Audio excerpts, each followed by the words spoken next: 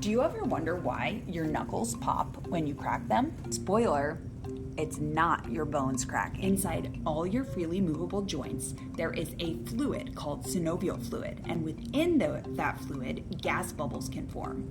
And when you are stretching that joint, you can hear those gas bubbles collapse, making that popping sound. So that's all that's happening. When you crack your knuckles and you hear that pop, it's just the gas bubbles collapsing. Did you know that it takes about 20 to 30 minutes to crack a same joint again and to hear an audible pop? That's about the amount of time that's required for gases to move back into the fluid to be available to collapse again the next time you want to hear that pop. Keep that in mind. If you like to pop your knuckles a lot, next time you pop all those knuckles in your hand and you want to hear them pop again, set your timer for about 20 to 30 minutes and see if that's the case.